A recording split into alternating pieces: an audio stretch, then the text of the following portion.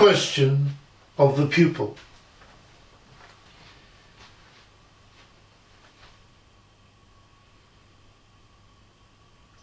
You have spoken with considerable approval of Ouspensky and of his life and of his teaching.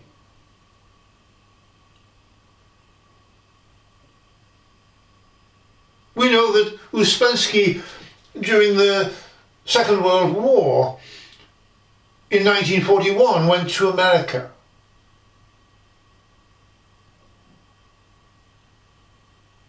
He left behind instructions for his pupils that they should try to stop thoughts.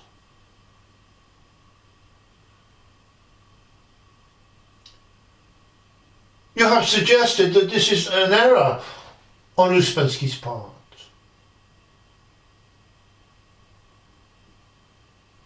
Could you explain why you think this?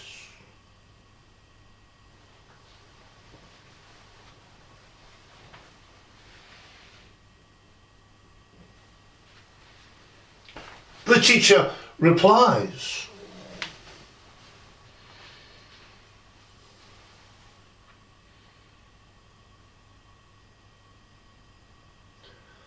I have explained previously how I encountered very early in my life a book about the ancient teaching of yoga.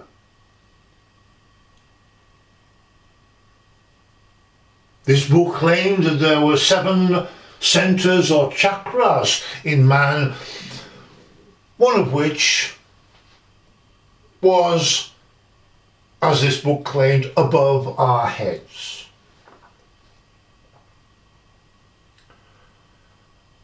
As it was deemed to be above my head, I ignored this completely. There remained, of course, therefore, 6 centers.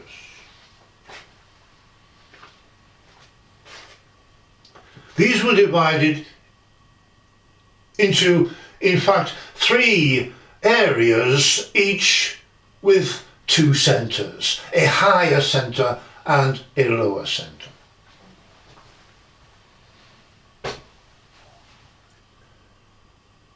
It could be said that this differs from Gurdjieff's teaching and from Ouspensky's teaching, or you could claim that it is in fact the same teaching because it is about centers.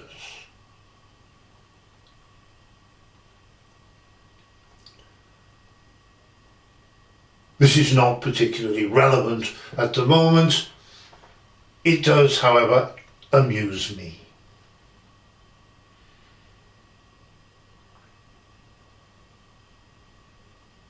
If we take, for example, the physical center, this was divided into a higher center and a lower center.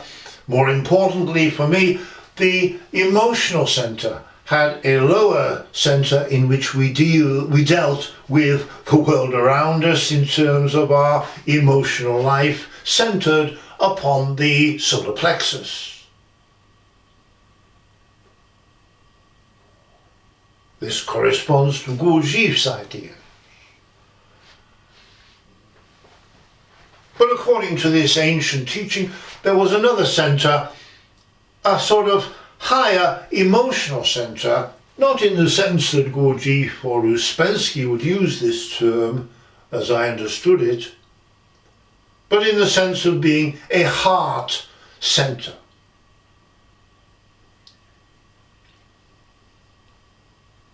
At that time, and perhaps even now, over 50 years later,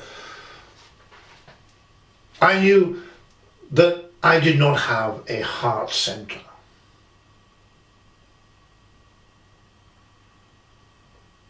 That is to say, in the circumstances of the modern world, I did not have a heart center, and a heart center is not, or was not, a possibility in the modern world.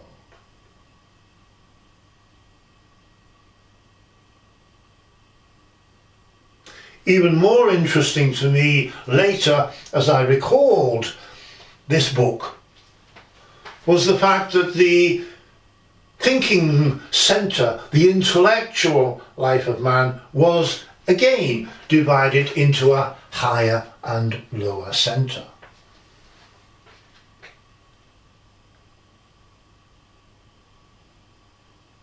The lower part of the intellectual or thinking centre was called the throat centre, and centred upon the throat, and was concerned with communication and those ideas, those thoughts, those aspects of our intellectual life that we could communicate.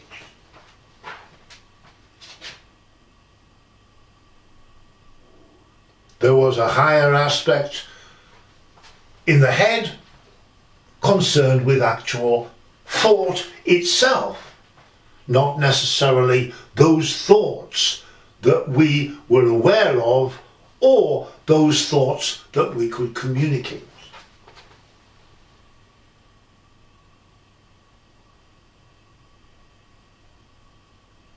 Now, the throat centre became for me very important.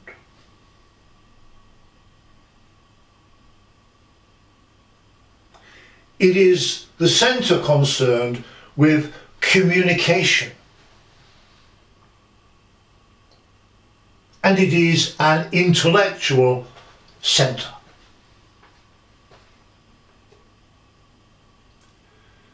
It is concerned with those ideas, those thoughts, those concepts that we can communicate.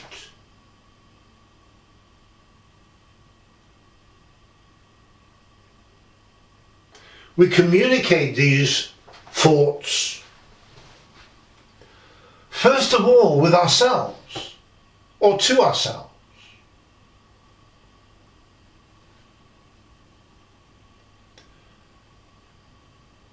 And then we, if these are deemed worthy, communicate these thoughts, these ideas, these concepts, as far as we are able, to other people.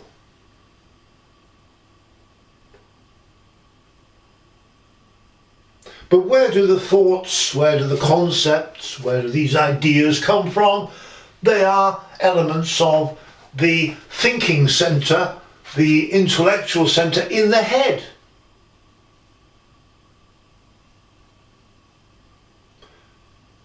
And this is completely different from those thoughts, concepts and ideas that we can communicate, that form part of communication. Now for me this became a very important distinction.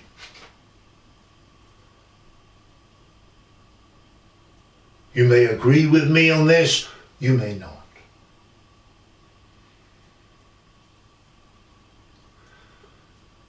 And so if we go into this idea that Uspensky asked his pupils to try to stop thoughts, this is not quite what he meant, in my opinion.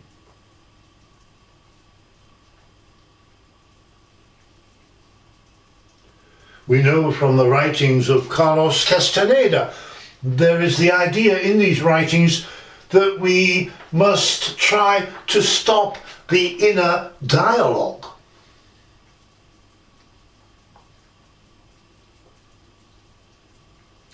This is quite different from stopping thoughts.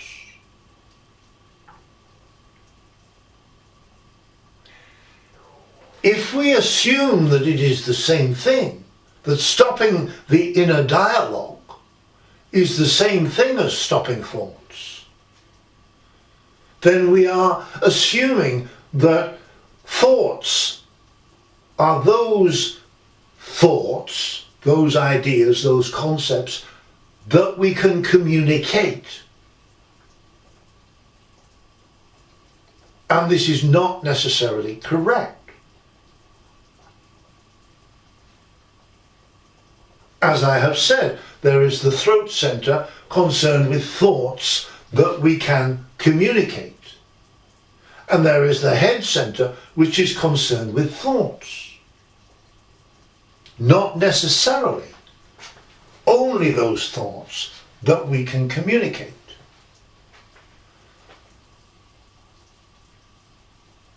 So to stop the inner dialogue is the first step, because it concerns this lower intellectual centre centred upon the throat, and it concerns those thoughts, ideas and concepts that we can communicate.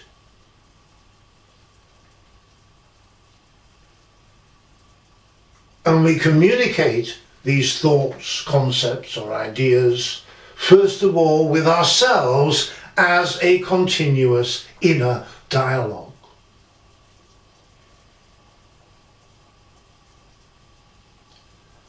If we can stop this inner dialogue, this constant stream of communication with ourselves, only then can we look at the question of stopping thoughts, because this is a different, completely different process and activity.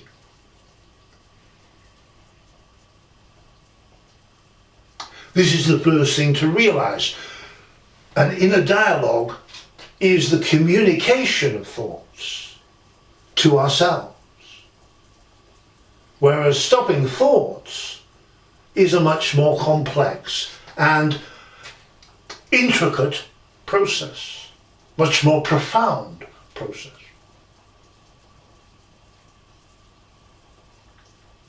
So we can distinguish between these two things in terms of our language.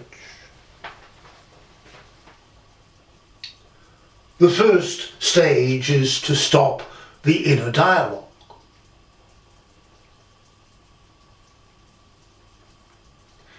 Now, we can try to stop the inner dialogue, and this can be a try-to task, like the other try-to tasks that Gurdjieff gave.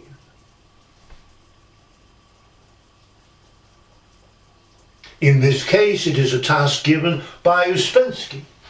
Try to stop this inner dialogue, which Uspensky incorrectly gave as the task of trying to stop thoughts. In order to stop thoughts, we must first of all stop the inner dialogue.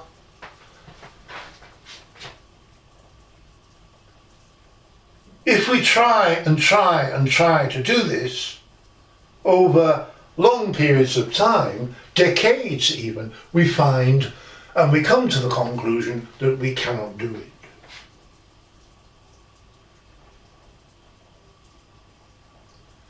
The maintenance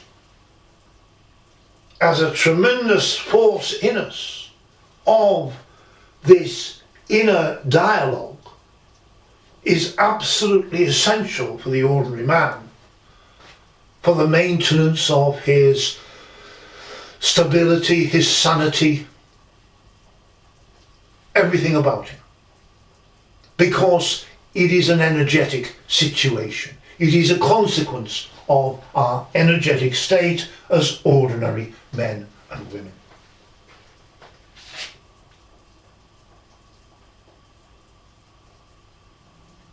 We can only start to stop this inner dialogue by energetic means.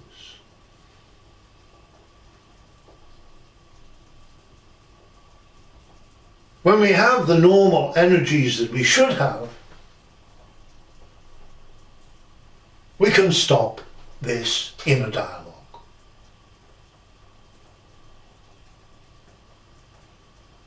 It is an energetic situation. It is a consequence of our energetic state.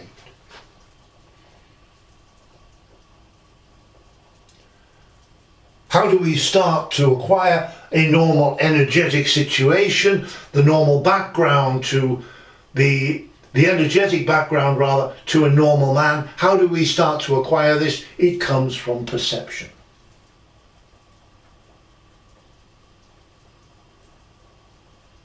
And therefore we need techniques. We need to know what to do in order to perceive, in consequence of which we start to acquire a normal energetic background, in consequence of which this changes our energetic state, in consequence of which we can at times stop this inner dialogue.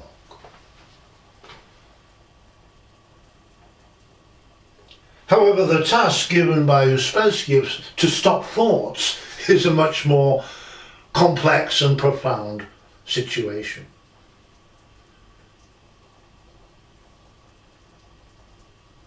It is certainly not possible for us as ordinary men and women with our depleted and abnormal energetic state.